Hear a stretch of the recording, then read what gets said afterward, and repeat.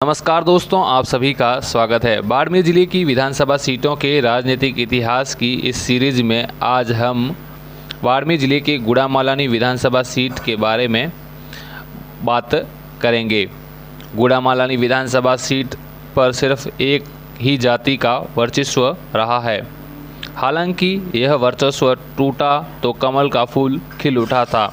यह वह सीट है जहां कांग्रेस ने एक नहीं, दो नहीं बल्कि 12 बार जीत हासिल की।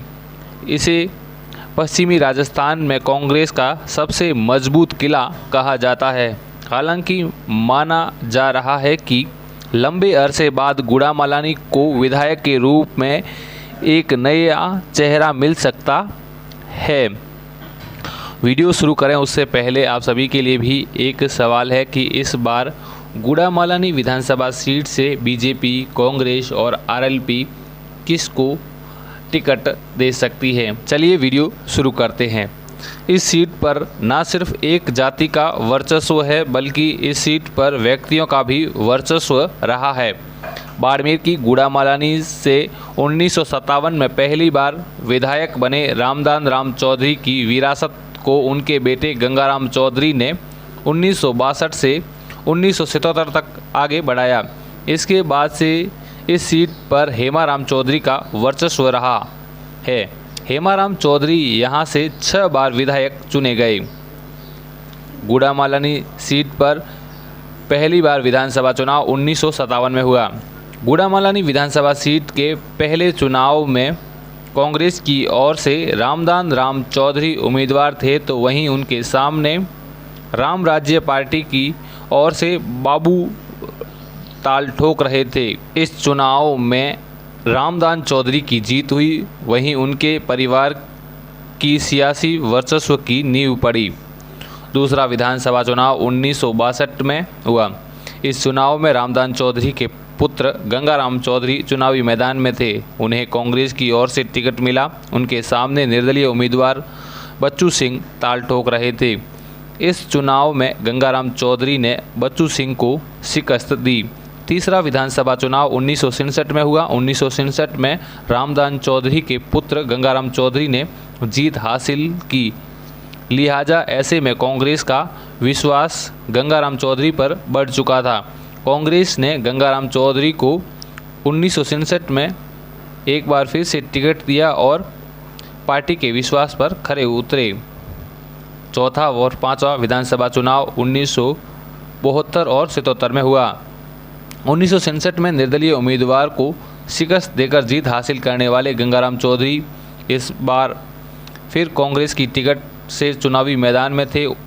इसके बाद 1977 के विधानसभा चुनाव में गंगाराम चौधरी एक बार फिर विजयी हुए। छठा विधानसभा चुनाव 1980 में हुआ। 1980 के विधानसभा चुनाव बेहद दिलचस्प हो चले थे। इंदिरा गांधी का ज़माना था।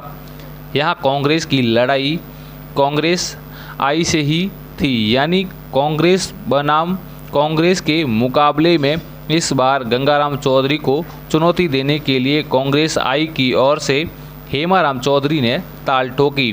इस चुनाव में हेमाराम चौधरी ने गंगाराम चौधरी पर जीत हासिल की।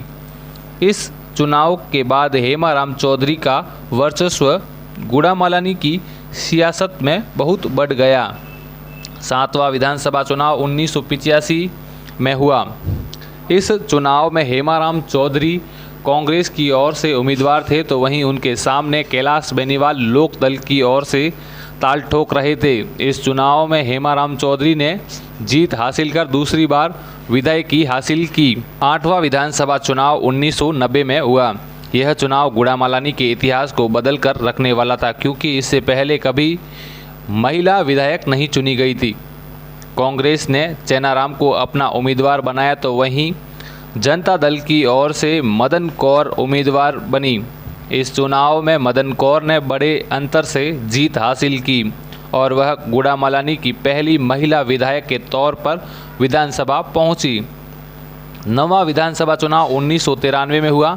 इस चुनाव में कांग्रेस ने एक बार फिर जोर लगाया और अपनी वापसी का रास्ता तय किया। इस चुनाव में जोधपुर के परसराम मदेरणा कांग्रेस की ओर से उम्मीदवार बने तो वहीं बीजेपी की ओर से सत्यपाल चुनावी मैदान में थे। बीजेपी बनाम कांग्रेस के इस चुनाव में जातीय समीकरण के चलते कांग्रेस को जीत हासिल हुई और परसराम मदेरणा ने जीत हासिल की। 10वां विधानसभा चुनाव 1998 में हुआ। विधानसभा चुनाव में कांग्रेस की ओर से एक बार हेमाराम चौधरी फिर चुनावी मैदान में थे। वहीं लोकदल से चुनाव लड़ चुके कैलाश बेनीवाल ने एक बार फिर चुनावी ताल ठोकी, लेकिन इस बार कैलाश बेनीवाल भाजपा के उम्मीदवार थे। हालांकि चुनावी नतीजे आए तो कैलाश बेनीवाल को हेमाराम चौधरी के हाथों करारी शिकस्त का सामना करना पड़ा। 11वां और 12वां विधानसभा चुनाव 2003 और 8 में हुआ। इस विधानसभा चुनाव में गुड़ामलानी में अपनी धाक जमा चुके हेमाराम चौधरी एक बार फिर कांग्रेस के टिकट से चुनावी मैदान में थे, जबकि उनका मुकाबला सामने भाजपा के उम्मीदवार लादूराम विश्नोई से था। हेमाराम चौधरी जहां गुड़ामलानी के सबसे बड़े वोट बैंक यानी जाट समुदाय से आते थे, तो वहीं लादूराम विश्नोई क्षेत्र के दूसरे स्थान पर सबसे ज़्यादा प्रभाव रखने वाले विश्नोई समुदाय से थे। हालांकि इन दोनों ही चुनाव में जब नतीजे आए तो हेमाराम चौधरी को बड़े मार्जिन से जीत हासिल हुई। 13वां विधानसभा चुनाव 2013 में हुआ।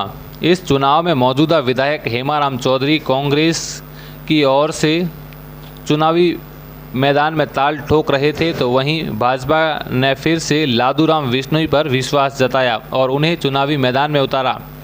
हालांकि इस चुनाव का परिणाम गुड़ामलानी विधानसभा क्षेत्र के इतिहास को बदलने वाला था। इस चुनाव के नतीजे आए तो हेमाराम चौधरी को करारी शिकस्त का सामना करना पड़ा। लादूराम विश्नोई विजयी हुए। यह पहला मौका था जब गुड़ामलानी की जनता ने गैर जाट को अपना प्रतिनिधित्व के रूप में चुना। यही वह चुनाव था जिसमें हेमाराम चौधरी को भी पहली बार शिकस्त का सामना करना पड़ा। 14वां विधानसभा चुनाव 2018 में हुआ।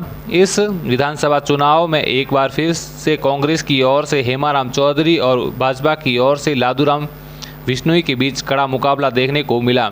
इस चुनाव में हेमाराम चौधरी ने अपनी सियासी वर्चस्व को फिर से हासिल करते हुए चुनावी विजयी हासिल की और विधायक बने। आज के लिए बस इतना ही। इस वीडियो की शुरुआत से पहले हमने आपसे सवाल किया था कि इस बार बीजेपी, कांग्रेस और आरएलपी गुड़ामलानी विधानसभा सीट से किसको टिकट दे सकती है। आप लोग अपनी राय कमेंट बॉक्स में दे सकते हैं। वीडियो अच्छा लगा है तो इसे लाइक और शेयर करें।